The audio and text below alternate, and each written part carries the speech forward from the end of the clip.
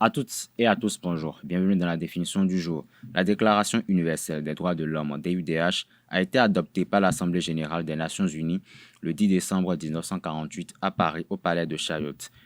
Elle précise les droits fondamentaux de l'homme. Sans véritable portée juridique en tant que tel, ce texte est une proclamation des droits. Par conséquent, il n'a qu'une valeur déclarative. Sur les 58 États membres de l'ONU à l'époque, 48 ont adopté cette charte universelle.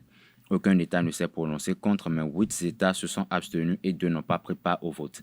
Parmi les 8 États, l'Afrique du Sud, qui appliquait alors l'apartheid, refusait l'affirmation du droit à l'égalité devant la loi sans distinction de naissance ou de race, et l'Arabie saoudite contestait l'égalité homme-femme.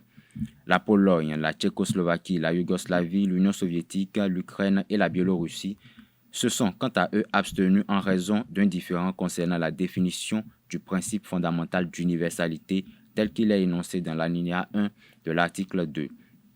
Enfin, les 2 États n'ayant pas pris part au vote sont le Yémen et le Honduras.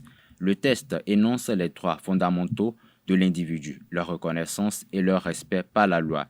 Il comprend aussi un préambule avec 8 considérations reconnaissant la nécessité du droit inaliénable des droits fondamentaux de l'homme par tous les pays, nations et régimes politiques et qui se conclut par l'annonce de son approbation et sa proclamation par l'Assemblée générale des Nations unies. C'est tout pour la définition de ce matin. Merci et à très bientôt.